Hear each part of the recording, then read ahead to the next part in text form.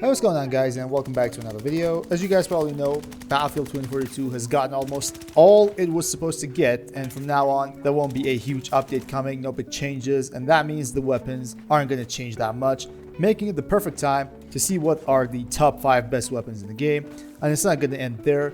I'll give you the best setup possible for those weapons as well. This is probably the last top 5 weapons video I'll be making on 2042 now that the game is finally settling. We're going to have a final weapon tier list for Battlefield 2042 in the upcoming days as well. I'm pretty sure you guys don't want to miss out on that video. Also, make sure to follow me on X. It's a friendly environment and I'll cover the news over there as well. That's the first link down in the description. Now, without further ado, let's get started and see what the top 5 weapons for 2042 are. Starting off with number 5, we've got the BFP-50, or the infamous Desert Eagle. When it comes to secondary weapons, and especially close quarters, there is no other weapon that can top the BFP-50 simply because it's a complete package with everything you'd expect from a handgun. In fact, it's not even considered a handgun, it's a hand cannon shooting 50 Action Express, which is the largest round in a magazine-fed handgun in the world. And with all that firepower, you also get a ridiculous fire rate of 300 RPM, which is just hilarious for a secondary weapon in 2042. For the BFP-50, the ammo options can be a bit tricky, so let me explain. You get 2 ammo types, the high power and the close combat. The high power gives you 10 meters of more range for a one-shot headshot, but decreases your fire rate by almost 60 RPM. In my opinion, this is not a good trade to make,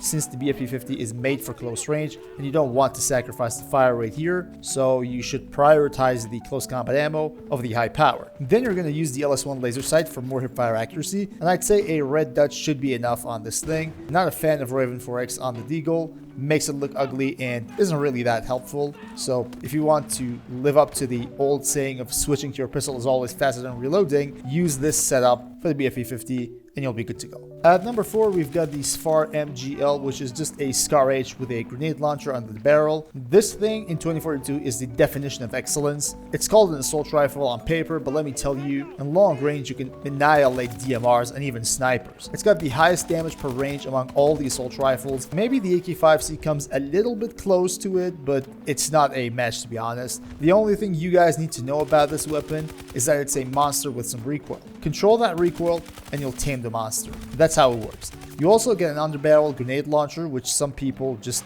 don't like, but truth be told, it's one big advantage for this weapon and makes it really stand out among other assault rifles, giving it more firepower against both infantry and vehicles, which is just great. Now, the setup might be a little bit complicated for the SCAR, so let's get to it ASAP. The SCAR has a little bit of horizontal recoil, making it a little bit harder to control compared to the other assault rifles in the game. So to compensate for that, you're going to use the RCAM Tactical Muzzle Brake and decrease that side kick by a significant amount. For close range gunfights where you need some more stealth and less noise, I'll use the Wrap Suppressor, and then for long range, which is a realm this weapon has a lot to say in, I'd go for the extended barrel so you get some more muzzle velocity, and that will help you a lot. For underbarrel, you should know that you can't remove the grenade launcher. However, you can choose what ammo type you'd like to have on your weapon's grenade launcher, and this is where things get interesting. The armor-piercing grenade gives you a huge advantage over armored vehicles in 2042, and if you're new to 2042, you probably have no idea how good this thing is. Great damage to vehicles, and not only you'll help your team, but you're the one getting kills on those vehicles as well. That's why it's always my priority. Then I'll go for the high explosive ammo, and then the incendiary should be good to go.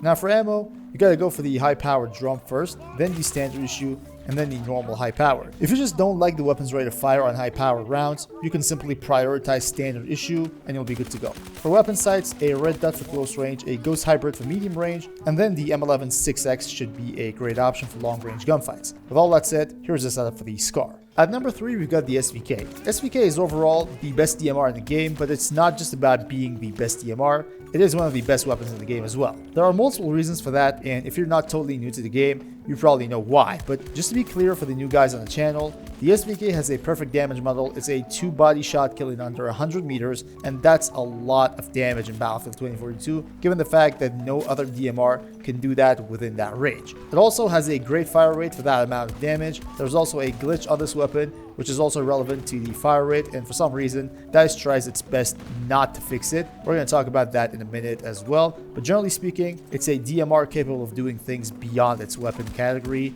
and probably can be called a semi-automatic sniper rifle as well. I've landed plus 500 meters headshots with this thing, and that was against snipers, so it's no joke. For the setup, let's first of all talk about the glitch. If you use standard issue rounds, shortened and extended barrels will have the exact same fire rate, and if you don't know, the extended barrel gives you more muzzle velocity for less fire rate. As long as you get the same fire rate as the shortened barrel on the extended version, you don't actually have a reason not to use the extended barrel, so that's what you're going to use. For underbarrel, I prefer the LWG grip first for more ADS accuracy. Then you're going to need a bipod for long range accurate shooting, and believe me, that will come in handy big time since you'll probably go against bolt action sniper rifles and you need at least 2 headshots to grab the kill. Finally, you'll need the armor piercing grenade launcher to have some sort of offensive gadget against vehicles. For ammo, standard issue extended, then normal standard issue, and then high power should do the trick. And for weapon sights, Ghost Hybrid for close to medium range, then the 2038 thermal for medium to long range, and it's also perfect for target acquisitions because it's a thermal scope. And lastly,